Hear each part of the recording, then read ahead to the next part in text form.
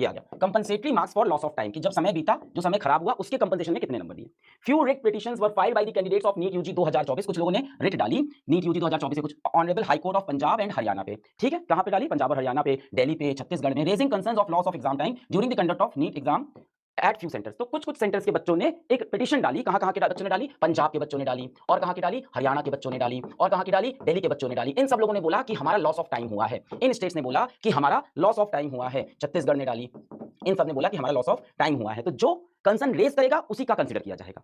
NTA के पास अपना कोई मैकेनिज्म नहीं है, अपना कोई प्रोसेस नहीं है जिससे उन्हें खुद से पता चल पाए कि किस सेंटर पे बच्चों के समय का नुकसान हुआ है। इसको हम लोग बोलते हैं हमारे वर्ल्ड में रिएक्टिव अप्रोच। ये रिएक्टिव अप्रोच है, प्रोएक्टिव नहीं है, रिएक्टिव। क्या रिएक्टिव अप्रोच मतलब? जनता आके बताए, वो बताए नहीं सोशल मीडिया पे, जनता कोर्ट जाए, छोटा बच्चा अपने पिताजी को लेकर कोर्ट में जाके रेज करे, पिटीशन डाले, तब हमें पता चलेगा अच्छा हमारे ही सेंटर पे टाइम लॉस हुआ था। हमारे पास कोई मैकेनिज्म नहीं जिससे हम ये पता कर पाए कि हमारे एग्जाम्स पूरी डिसिप्लिन से, पूरी ट्रांसपेरेंसी से, पूरे प्रोसेस से हो रहे हैं। ऐसा कोई प्रोसेस नहीं है। जब तक रिट नहीं आएगी, जब तक पिटीशंस नहीं आएगी, हमें पता नहीं चलेगा। Few writ petitions were filed by the candidates before the honourable high court of Punjab and Haryana, Chhattisgarh raising concern loss of time. जब कंसर्न रेज हुए तब हमें लगा अच्छा लॉस ऑफ टाइम हुआ है। क्यों? क्योंकि वो बच्चा पहले सोशल मीडिया पे गया होगा, पहले हर जगह चीखा चिल्लाया होगा, सबने उसको रिजेक्ट कर दिया। फिर वो गया कहां? जहां न्याय भारत में एक्चुअली मिलता है, ऑनरेबल कोर्ट में। फिर बच्चा गया ऑनरेबल कोर्ट के पास कि हमें न्याय दिलाओ। तब अच्छा, अब इसमें एक ये भी बात है कि मुंबई के कुछ सेंटर्स की भी आप न्यूज़ पढ़ोगे जहां पे बच्चों का टाइम लॉस हुआ है।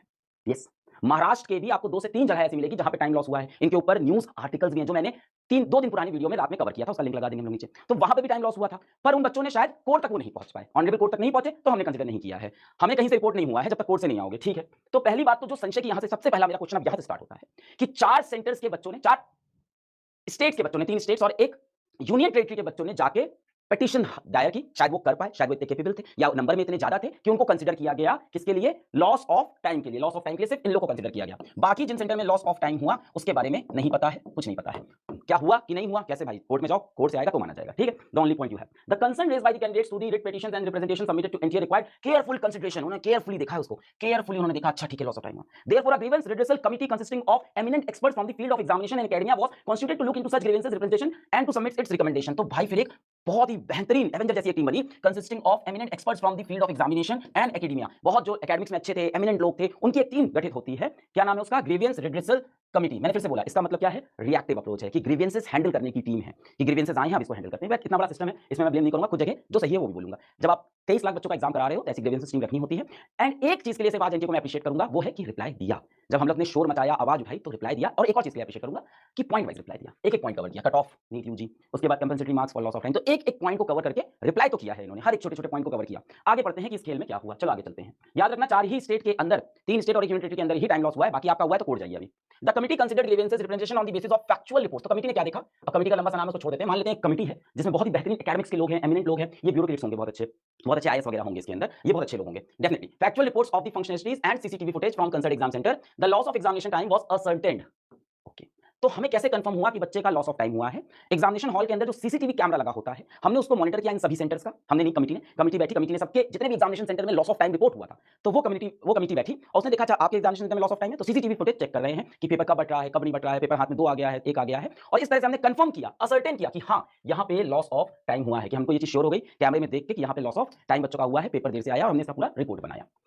And such candidates were compensated पे लॉस ऑफ टाइम हुआ है, कि हमको ये चीज श्योर हो गई कैमरे में देख के कि यहाँ पे लॉस ऑफ टाइम बच्चों का हुआ है, पेपर देर से आया और हमने इसका पूरा रिपोर्ट बनाया। And such candidates were compensated with marks based on their answering efficiency. Word पे ध्यान दीजिएगा, इसमें बड़ा अच्छा सवाल उठने वाला है अभी, एक बेहतरीन सवाल आएगा इसके ऊपर। तो अभी ऐसा है कि हमें और भी जवाब चाहिए, और कोई पॉइंट नहीं है। कैसे हुआ कंपनसेशन? कैसे हुआ है? आंसरिंग एफिशिएंसी पे हुआ है। Such candidates were compensated with marks based on their answering efficiency and time lost. 2 चीजें कंसीडर की जाएगी, यानी जो आपको ग्रेस मिला है, ग्रेस के 2 बड़े फैक्टर हैं जो ग्रेस डिसाइड करेगा। एक तो कितना समय लॉस हुआ, टाइम लॉस का जो अमाउंट होगा वो। The number of grace marks given depends on 2 major factors, time loss का अमाउंट और दूसरा है आपकी आंसरिंग एफिशिएंसी, कि आप कितने अच्छे से आंसर कर रहे हो, कितना आप एक्यूरेटली आंसर कर रहे हो और कितनी स्पीड में आंसर कर रहे हो। एफिशिएंसी में दोनों चीज आएंगी, इन्होंने एक्जैक्टली नहीं बताया तो मैं सोचता हूं कि इसमें दोनों चीज आएंगी। आंसरिंग एफिशिएंसी मतलब मेरे ख्याल से इसके 2 पार्ट हो जाएंगे, एक एक्यूरेसी और दूसरा हो जाएगा स्पीड। दोनों चीज होगी कि कितने कम टाइम में कितने क्वेश्चन कर रहे हो, कितने करेक्ट कर रहे हो। इन पे डिपेंड करेगा ग्रेस मार्क्स। ये इंपॉर्टेंट होने वाला है अपना कि ग्रेस नंबर किस बेसिस पे मिले। हम लोग ने ये भी सवाल उठाया था कि ग्रेस कितना मिला है, किस मेथड से मिला है। याद है हमने पिछले वीडियोस में बार बार ये सवाल उठाया, कितने बच्चों को ग्रेस मिला, कितना नंबर ग्रेस मिला और किस मेथडोलॉजी से ग्रेस मिला, सब बता रहे हैं। तो ग्रेस मिला है टाइम लॉस के बेसिस पे, आंसरिंग एफिशिएंसी मतलब कितना एक्यूरेसी है और कितनी स्पीड है, ये 2 चीजों पे डिपेंड करेगा। चलो आगे बढ़ते हैं, इंपॉर्टेंट है। As per the mechanism formula established by the honourable apex court. Honourable apex court का मतलब यहां पे क्या है? यहां पे इसका मतलब है honourable supreme court of India. Honourable supreme court of India, ठीक है। तो सुप्रीम कोर्ट का एक फैसला है 2018 का, उसके बेसिस पे किया गया है। Honourable apex court voided judgment. देखो ये मैं आपको 2 दिन से यही फैसला बता रहा था। 2018 का ये फैसला है और ये देखो ऑफ 2018। अब मैं एक आपको यहाँ पे इंपॉर्टेंट चीज बता दूं कि ये जो डिसीजन है 2018 का, ये क्लैट एग्जाम पे था। इस पे था, क्लैट एग्जाम पे था। ये लॉ का पेपर है, यानी ओरिजिन ऑफ पेपर अलग है, नेचर ऑफ पेपर अलग है। तो लॉ का एग्जाम है पहली बात, nature of paper entirely different है। दूसरा, मोड ऑफ पेपर भी इंटायरली डिफरेंट है। ये कंप्यूटर बेस्ड टेस्ट है, ये ऑनलाइन टेस्ट था। यानी जो डिसीजन है ऑनरेबल सुप्रीम कोर्ट का, वो एक कंप्यूटर बेस्ड टेस्ट के लिए है, एक लॉ के एग्जाम के लिए, जहां पे number of students are 1 lakh या 2 लाख, जहां नंबर ऑफ एस्पिरेंट्स कितने हैं, 1 से 2 लाख। तो मेरा पहला पॉइंट है कि नीट का एग्जाम इनसे हर पैरामीटर में लगे। पहला, ये साइंस का एग्जाम है, तो यहाँ पे एक्यूरेसी और स्पीड यानी आंसरिंग एफिशिएंसी कैलकुलेट करने का जो मैकेनिज्म है वो नया बनना चाहिए। वो इस बेसिस पे नहीं बना सकते। क्यों? क्योंकि ये लॉ का एग्जाम है।